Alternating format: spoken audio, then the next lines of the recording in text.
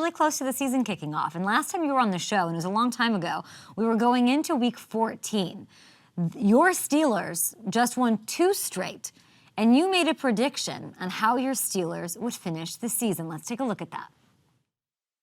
To me, I made a bet with one of my friends, and I was telling him, hey, I bet the Steelers go 9-7 to finish. I mean, they win 7. Yeah, they go 9-7. So the Steelers finish like they win 9 of their. They're going to finish with a positive record. So I was like, we're going to win 7 of our next 9 games. Excuse me. What did you know? Hey, it's a combination of believing in the guy that coached you, but then also understanding just how the team is built, how the franchise is built, and believing in Kenny Pickett. And that's one thing that I believe in Kenny. Obviously I know him personally, but I also believe in him because what I've seen with him when he was at the University of Pitt and just his progression from the first start he had all the way until the second half of the season. And I just felt real confident about it. I mean, they finished 7-2. You nailed it. You won the bet with your buddy. I hope you got something great in that bet. But we got to keep this thing going. You're on a heater here on the Up and Adams show. So if you look at the teams right here that finished in 2022 with the best records in those last 9 weeks, they were all playoff teams. Every single one of them besides, is this not right? That's a lie. Oh, besides your, sorry? Oh, besides your Steelers. So I'm going to put you on the spot to run it back here. What is the Steelers' record going to be this year, and how far are they going? So you telling me, you asked me for the record. That one is going to be tough. So I think this season I have them maxing out at about 12 wins, but I think they're going to be around 10 to 12 wins. Why do you think they're getting so slept on a little bit? I mean, people are talking about them more and more. Kenny Pickett looked so good. Obviously, what happened against the Bills, it's just preseason action. But, I mean, I know the Ravens are the super team, and the Bengals deserve the respect because they've been there the past couple of years now. They have Burrow, they have all that. But this Steelers team, like I made the case it's disrespectful to Mike Tomlin that they're at the bottom of the barrel by pretty much every national media head. I think the reason that they're slept on is because for the last 20 years, they've had a staple in Ben Roethlisberger. So with them having Ben Roethlisberger, everybody knew, hey, Ben would do anything when it comes to winning.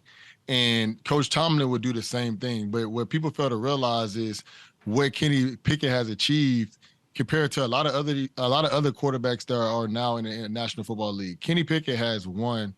And I'm not trying to pull up college stuff, but Kenny Pickett won the ACC when nobody in the world thought Pitt was going to win the ACC. So that kind of showed me that, hey, he understands how to win games. But then also with him, I don't think it's about all the accolades. I think it's about just getting the win. So if you look at the back half of the season, when in the most important games, he only threw 1 pick. Obviously, everybody look at his stats at the beginning, but every rookie, their first year, their first 7 games, they're going to look ugly. So I thought that they did a good job of building pieces around him.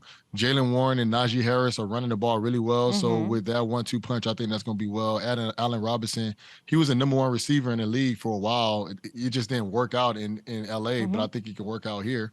So what's the problem? Like what, and then you have Tomlin. In the NFL, they have one of the highest floors of any team. Like they're not going to implode. We all kind of knew, like you called your shot, but we got to give Tomlin his respect. Like he's not going to have a team that's losing. He might at some point, but he certainly hasn't. And they ended the season really well. The offensive line's improved. Their run game's okay. Pickett's going to reel it in and hopefully like curb the interceptions a little bit. What is the one thing holding them back, do you think, or the biggest challenge this season for this squad?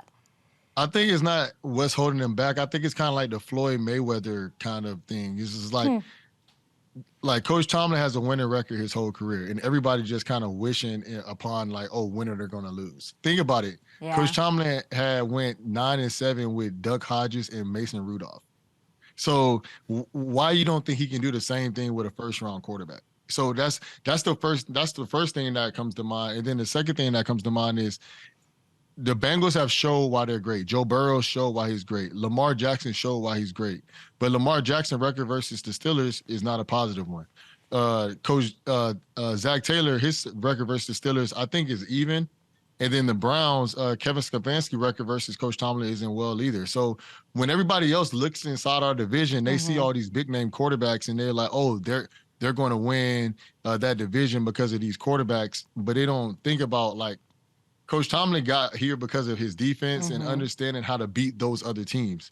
If we split with everybody in our division and then actually beat the people that's everybody else on our record that they're supposed to beat, they're going to end up 12 and 5. I mean, 12. I think 12 is a beautiful number for the Steelers, and I can easily see it happening. It's a very human reason why we want the failure. We're waiting for the other shoe to drop. Like it's probably right. You're probably dead on about that.